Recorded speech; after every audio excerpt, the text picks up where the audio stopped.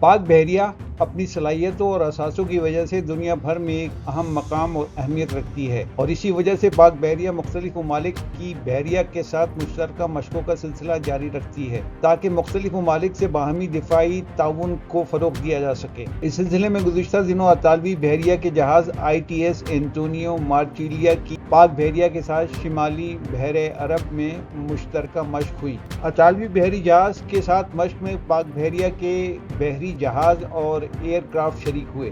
مشق کا مقصد دونوں بحری افواج کی آپریشنل استعداد اور باہمی تعاون میں اضافہ تھا۔ مشترکہ مشق دفاعی تعاون اور علاقائی امن و استحکام کے فروغ کے لیے دونوں ممالک کے عزم کا مظہر ہے۔ گزشتہ برس اکتوبر میں اطالوی بحریہ کا کیریئر اسٹرائیک گروپ بھی پاکستان کے دورے پر آیا تھا۔ اطالوی بحریہ کے جہازوں کی پاکستان باقاعدگی سے آمد دونوں ممالک کے بڑھتے ہوئے دفاعی تعاون کی علامت ہے۔